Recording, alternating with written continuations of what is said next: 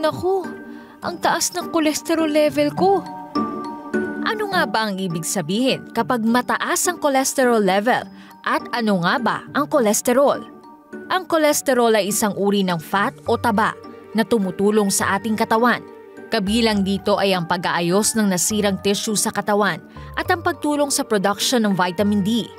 Kapag nagpapacheck ng dugo, makikita sa resulta ang high-density lipoprotein o HDL at ang low-density lipoprotein o LDL.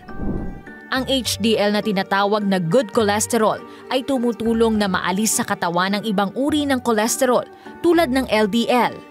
Ang LDL naman o ang bad cholesterol ay hindi naman ganoon kasama dahil ito ang nagdadala ng cholesterol sa mga bahagi ng katawan na kailangan ito.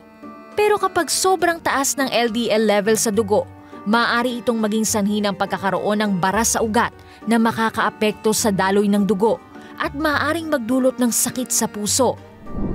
Ilan sa mga paraan para maiwasan ang pagtaas ng LDL level ay ang pag-eehersisyo, pagkain ng soluble fiber tulad ng oats, pagkain ng gulay, at ang pagbawas sa pagkain ng fatty food o matataba at mamantikang pagkain.